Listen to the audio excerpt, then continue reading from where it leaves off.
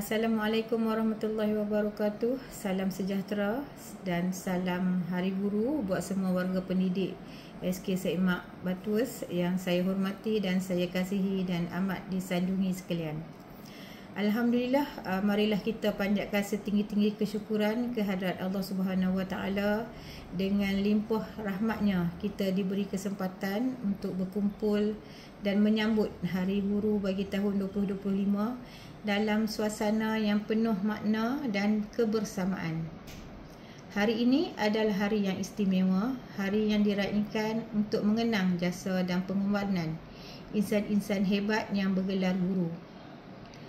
Hadirnya saya di sekolah ini bukan hanya sebagai pentadbir sekolah, tetapi sebagai rakan seperjuangan kepada semua guru yang hebat yang saban hari berjuang di bilik darjah, di padang, di makmal dan di segenap ruang sekolah demi mendidik anak-anak bangsa.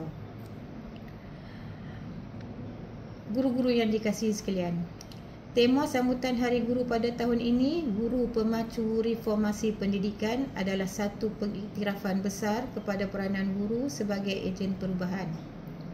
Di bahu kita terletaknya tanggungjawab untuk membimbing murid bukan sahaja dari segi akademik, malah sahsiah, emosi, sosial dan kerohanian.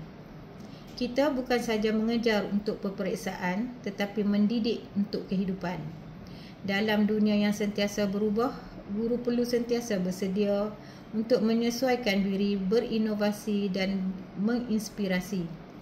Setiap langkah perubahan dalam pendidikan sama-sama dalam menerajui perubahan di dalam pendidikan. Pendidikan digital, penguasaan kemahiran insaniah.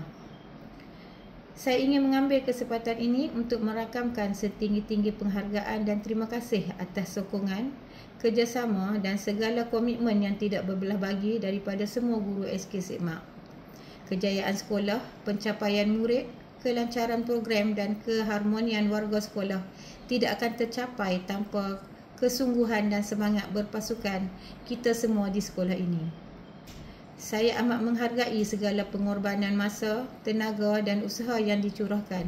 Meskipun ramai di antara kita juga perlu mengimbangi tanggungjawab sebagai ibu bapa dan ahli keluarga.